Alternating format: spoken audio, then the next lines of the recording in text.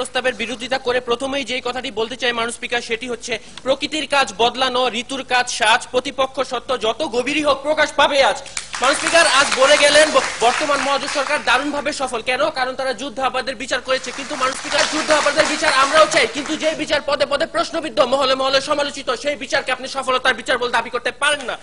মাননীয় স্পিকার, আজকে শেয়ার বাজার যখন ধসে পড়ছে রানা প্লাজার মতো, নেই সরকারের তেমন কোনো তৎপরতা।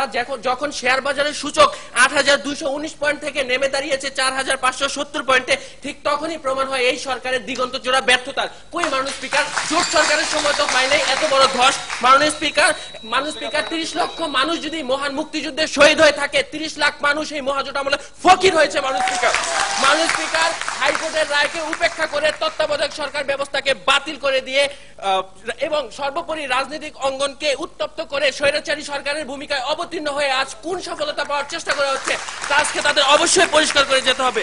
মাননীয় সদস্যটা অপেক্ষা করুন। জি, যুদ্ধাপরাধী বিষয়ে একটি প্রশ্ন করতে চাই, স্পেসিফিকলি উত্তর দেবেন। আজকে আমাদের স্বাধীনতার সব বিপক্ষে যারা আজকে আমাদের দেশে যুদ্ধাপরাধ চলেছে, যাদের মা বোনকে হত্যা করেছে এবং সম্ভ্রম কেড়ে নিয়েছে, তাদের বিচার এই মাটিতে এই মহাজোট সরকার করছে। কিন্তু মাননীয় স্পিকার, আজকে সাইদির রায়কে, আজকে সেই যুদ্ধাপরাধীর রায়কে কেন্দ্র করে আজকে মাননীয় স্পিকার যে তাণ্ডব লীলা চালাচ্ছে বিরোধী দল, সেটি কিন্তু ২০০১ সালের ভয়াবহতাকে সাপোর্ট করে। মাননীয় স্পিকার, সেটিকে কিভাবে ব্যাখ্যা করবেন?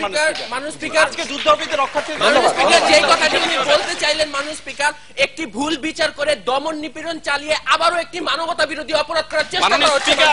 এখানে আন্তর্জাতিক মহল থেকে যেখানে স্বীকৃতি প্রদান করা হয়েছে, মানে ইন্টারন্যাশনাল ওয়ার ক্রাইম যে ট্রাইব্যুনালটি গঠন করা হয়েছে, আন্তর্জাতিক মহল থেকে এটা সাপোর্ট দেওয়া হচ্ছে, মানে কিন্তু সেই হিসেবে কিভাবে বলছেন যে এখানে বিচারের আওতায় আনা হচ্ছে না? অ্যামনেস্টি ইন্টারন্যাশনাল এই কথাটি বলেছে যে বাংলাদেশ সরকার মানবতা বিরোধী অপরাধ চালাচ্ছে।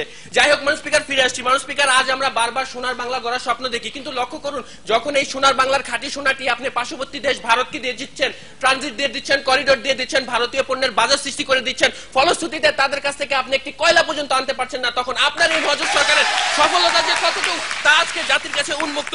মাননীয় স্পিকার, 1976 সাল থেকে যে জিএসপি সুবিধা বাংলাদেশ ভোগ করছিল, শ্রমিকদের কর্ম নিরাপত্তা দিতে ব্যর্থ হয়, তা যখন এই সরকারের আমলে বাতিল হয়ে যাচ্ছে মাননীয় স্পিকার, ঠিক তখনই মাননীয় স্পিকার এই ব্যর্থতা শুধুমাত্র বিগত জোট সরকার নয়, মহাজোট সরকারকে বাংলাদেশ ইতিহাসের সবচেয়ে ব্যর্থ সরকারে পরিণত করেছে। মাননীয় স্পিকার, মাননীয় সদস্য, জি, বিগত জোট সরকারের প্রধানমন্ত্রী যখন ভারতে গিয়েছিলেন, সেখান থেকে ফিরে আসার পরে যখন সাংবাদিকরা প্রশ্ন করলো যে পানির কি করলেন, উনি বলেছিলেন যে আমি তো ভুলেই গিয়েছিলাম। এটিকে উনি কিভাবে ব্যাখ্যা করবেন?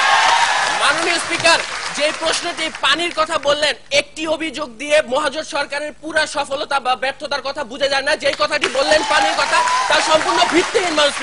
মাননীয় স্পিকার, আজ ছাত্রলীগের চাপাতির আঘাতে গণতন্ত্র খণ্ড বিখণ্ড। মাননীয় স্পিকার, বিগত ৪ বছরে এই ছাত্রলীগের হাতেই মারা গেছে ৬৭ জন। যেদিকে খোদ টিআইবি বলছে এত হত্যা, এত ধর্ষণ, এত গুম, এত রক্ত ঝরেনি আর কোন সরকারের আমলে, ঠিক সেই জায়গাটিতে কিভাবে সফল আজকে মহাজোট সরকার? মাননীয় স্পিকার, বিগত জোট সরকার বৈদেশিক মুদ্রার রিজার্ভ $1 বিলিয়ন থেকে বাড়িয়ে $4 বিলিয়ন উন্নত করেছিল, আর মহাজোট সরকার কমিয়ে এনেছে $14 বিলিয়ন থেকে $9.8 মিলিয়ন। বারবার গাইছেন সফলতার গান, যা সম্পূর্ণ অযৌক্তিক। আজকে আপনি যখন সংবিধান দ্বারা স্বীকৃত হেফাজতের সমাবেশে ঢুকে রাতের আধারে পাখির মতো গুলি করে মানুষ হত্যা করেন এবং ভোরের আলো ফোটার সাথে সাথে খুব বেশি সফল হয়ে যান, তখন আর জনগণের মনে প্রশ্ন জাগে, এটি কি মহাজোট সরকারের সফলতা না স্বৈরাচারিতা? মাননীয় স্পিকার, শিক্ষা নিয়ে কিছু কথা না বললেই নয়। মাননীয় স্পিকার, বিগত জোট সরকার ৪,৫৫৫টি শিক্ষা প্রতিষ্ঠান এমপিও ভুক্ত করেছিল, যেখানে আজকে মহাজোট সরকার এমপিও ভুক্তের জন্য বাজেটে 1 টাকাও বরাদ্দ দেননি। মাননীয় স্পিকার, ৫-৬ অর্থ বছরে বাজেটে শিক্ষার জন্য বরাদ্দ ছিল বাজেটের মোট 17% আর মহাজোটের 11%। মাননীয় স্পিকার, সর্বশেষে যেই কথাটি বলতে চাই, আমার বক্তব্যের পরেও যদি আজকে আপনাদের মনে হচ্ছে যে মহাজোট সরকারের সফলতাই বেশি, তাহলে একটি কথা শুনেন, সেটি হচ্ছে গোসল করিব, সাঁতার কাটিব, মাথা ভিজাইব না, সত্যকে জানিয়া শুনিয়া স্বীকার করিব না। মাননীয় স্পিকার, আজকের এই প্রস্তাবটি যেন গৃহীত না হয়। মাননীয় স্পিকার, ধন্যবাদ সবাইকে। ধন্যবাদ। মাননীয় সদস্য বিরোধী দল